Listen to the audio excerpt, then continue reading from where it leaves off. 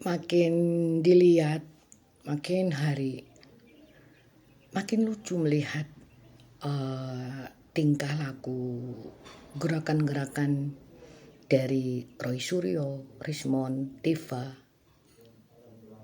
TPPU yang dulunya menggugat ijazah Pak Jokowi. Sekarang itu belum selesai, masuk lagi ke ijazah Mas Gibran. Lucu gitu. Lucu sekali saya pikir ya. Pertanyaannya sangat sederhana buat saya.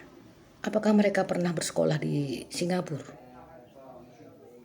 Apakah mereka pernah mengenyam pendidikan di negara lain?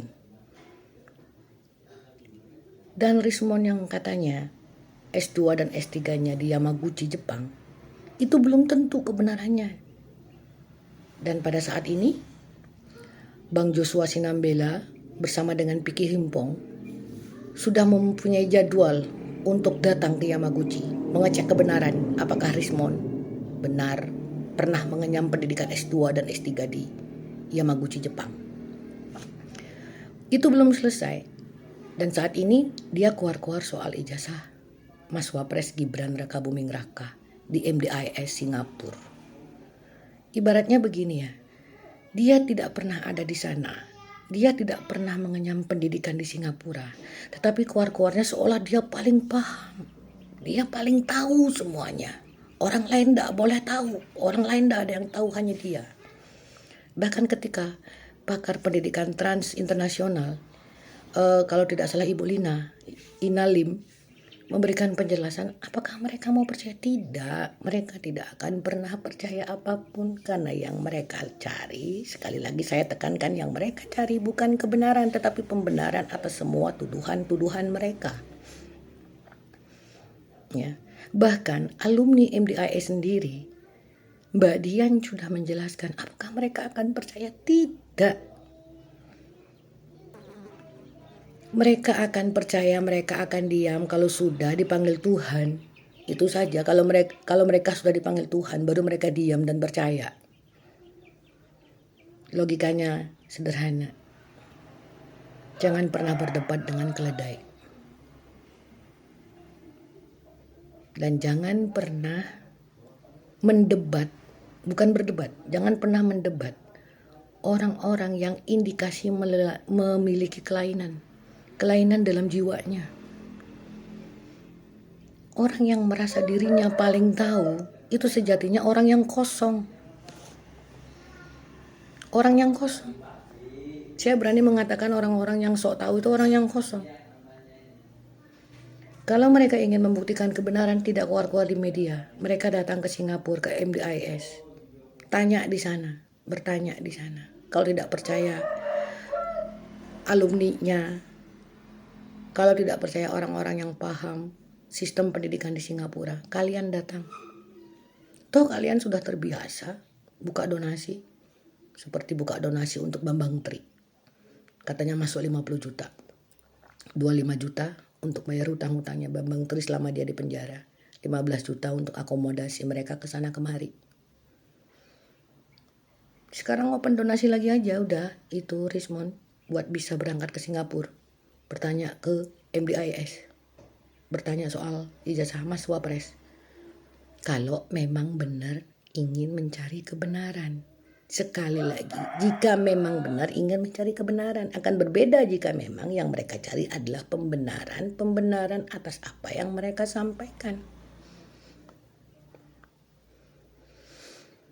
Sekarang mereka bebas keluar-keluar, menuduh ini dan itu. Bahkan Roy Suryo terakhir memakai kaos rakyat tidak setolol apa tidak sebodoh Wapres.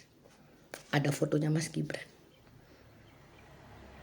Artinya secara gamblang dia itu sudah melecehkan simbol negara. Wapres, wakil presiden itu simbol negara. Apalagi di situ tertera fotonya siluet Mas Wapres. Itu udah pelecehan terhadap simbol-simbol negara. Ketika Roy dengan mudah melakukan pelecehan-pelecehan, penghinaan-penghinaan, bahkan menyebarkan berita-berita fitnah, berita-berita bohong, mereka merasa bebas. Tapi ketika ada kantor, seperti dulu Pak Jokowi melakukan pelaporan, mereka mengaku dikriminalisasi. mereka mengaku dikriminalisasi.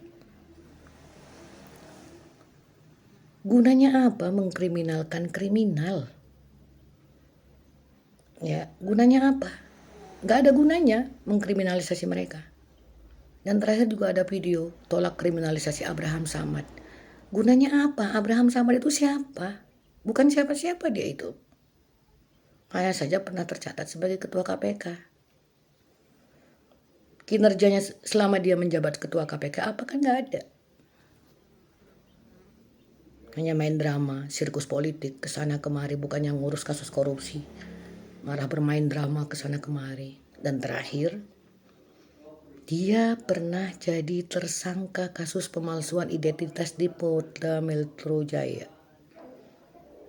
Catat, saya bilang sekali lagi, Abraham Samad pernah menjadi tersangka kasus pemalsuan identitas dan dia posisinya sudah sebagai tersangka.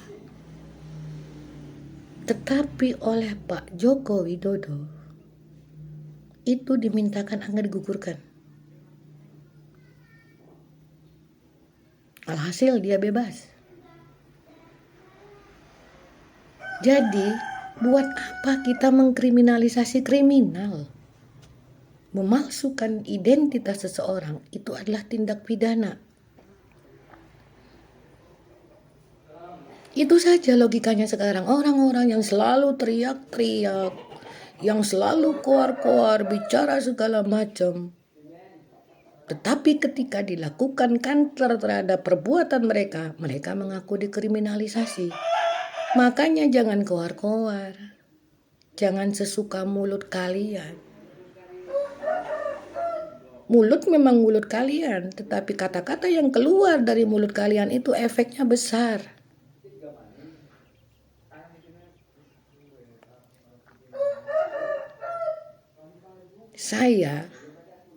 Sekali lagi saya sebenarnya sudah sangat malas ini meladeni orang-orang seperti ini. Tetapi kalau dibiarkan, maka pembodohan terhadap masyarakat akan semakin masif terjadi.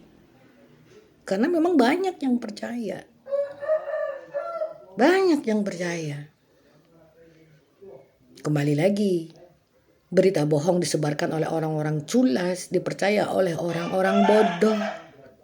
Orang-orang yang percaya itu berani saya katakan mereka orang-orang bodoh.